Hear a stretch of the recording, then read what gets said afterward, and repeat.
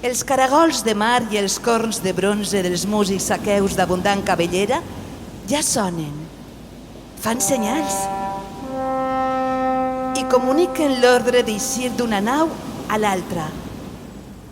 Els tambors estan a punt de fer redobles per a donar impuls a un viatge ple de peripècies i amarat de coneixença.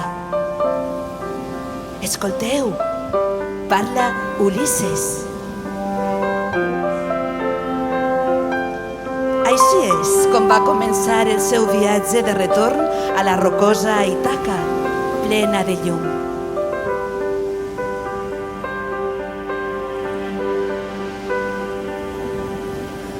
Robi, la deessa del temple,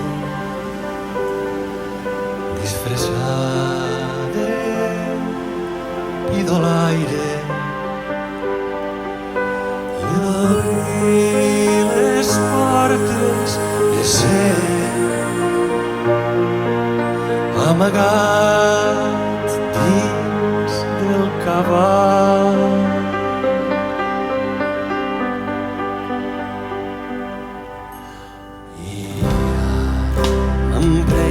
El viatge a Ítaca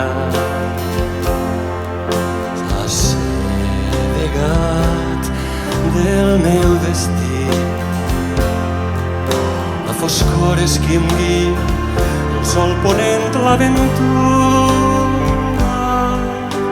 Penèlope està esperant-me, teixint un fil d'or, el sudari de mon pare i la clàmide del meu fill. No tinc por de res, sóc Ulisses.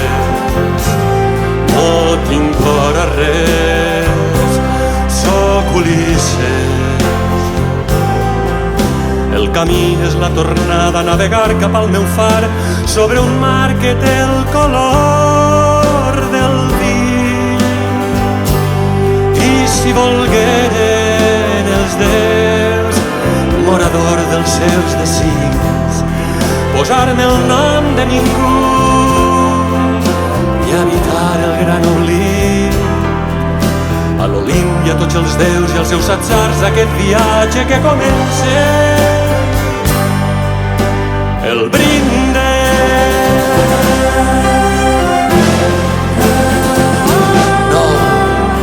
No tinc por a res, sóc Ulisses. El camí és la tornada a navegar cap al meu far sobre un mar que té el color del vi. I si volgueren els déus, morador dels seus designis, anomenar-me ningú i habitar el gran oblit. A l'Olimp hi ha tots els déus i els seus atzars d'aquest viatge que comença.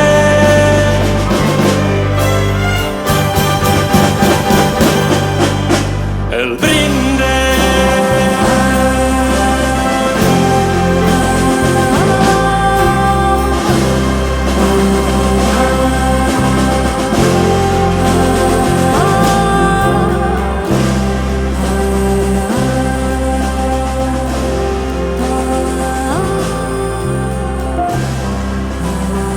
Així és com Ulisses, d'ànima forta, va abandonar les sagrades terres de Troia i es va endinsar navegant mar endins cap a la seva estimada Ítaca.